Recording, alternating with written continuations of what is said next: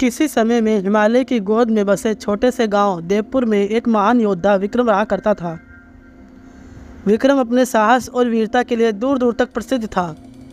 उसने अपने जीवन में अनेकों युद्ध लड़े और विजय प्राप्त की, लेकिन उसकी सबसे बड़ी विशेषता थी कि उसकी दया और न्यायप्रियता। विक्रम का एकमात्र सपना था कि वह अपने राज्य में शांति और समृद्धि लाए। विक्रम के जीवन का अंत एक महायुद्ध में हुआ।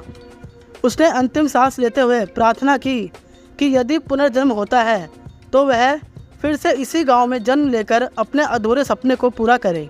सैकड़ों साल बाद उसी गांव में एक बच्चा पैदा हुआ जिसका नाम आरव रखा गया। आरव बचपन से ही अन्य बच्चों से अलग था। उसमें अजीबोगरीब क्षमताएं थी। वह अक्सर ऐसे बातें करता था जो उसके उम्र के बच्चे नहीं समझ पाते थे।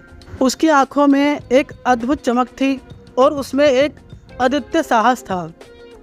जब आरव 10 साल का हुआ, उसने सपने में खुद को युद्ध भूमि में पाया। उसने देखा कि वह एक महान योद्धा है और उसने अनेकों युद्ध लड़े हैं। आरव ने यह सपने अपने दादा पुराने गांव के पंडित शिवदास को बताए। शिवदास ने बताया कि यह सपने नहीं बल्कि पिछले जन्म की स्मृतियाँ हैं। उन्होंने आरव को विक्रम की कहानी सुनाई और बताया कि वह विक्रम का पुनर्जन्म है। आरव को जब अपनी पहचान का पता चला तो उसने अपने अंदर एक नई ऊर्जा और नए उद्देश्य महसूस किया।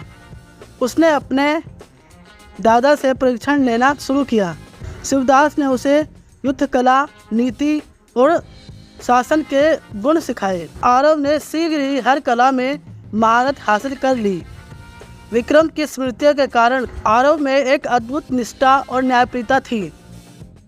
गांव के लोग भी उसकी साहसिकता और बुद्धिमत्ता से प्रभावित थे। गांव में कुछ समय से अजीब घटनाएं घट रही थी। आसपास के गांव के डाकू अक्सर हमला करते और गांव वालों को परेशान करते। गांव के मुखिया ने आरव से सहायता मांगी। आरव ने अपने दादा से परामर्श लिया और निर्णय लिया कि वह अपने गांव की रक्षा करेगा। आरव ने गांव वालों को संगठित किया और एक रणनीति बनाई। उसने अपने दादा के मार्गदर्शन में एक शक्तिशाली सेना तैयार की। डाकुओं के अगले हमले के समय आरव और उसकी सेना ने साहसिकता से उनका मुकाबला किया। विक्रम की आत्मा आरव में जाग उठी और उसने अपने नेतृत्व में डाकुओं का पराजित किया। डाकुओं की हार के बाद गांव में शांति और समृद्धि वापस आई। आरव की वीरता और न्यायप्रियता के कारण गांव वाले उसे अपना नेता मानने लगे। उसने विक्रम के अधूरे सपने को पूरा करने की दिशा में कदम बढ़ाया और देवपुर को एक समृद्ध और शक्तिशाली गांव बना दिया। आरव ने साबित कर दिया कि सच्ची निष्ठा और साहस से ही किसी भी चुनौती का सामना किया जा सकता है। उसने विक्रम के सपनों को साकार किया और अपने पुनर्जन्म को सार्थक बना दिया।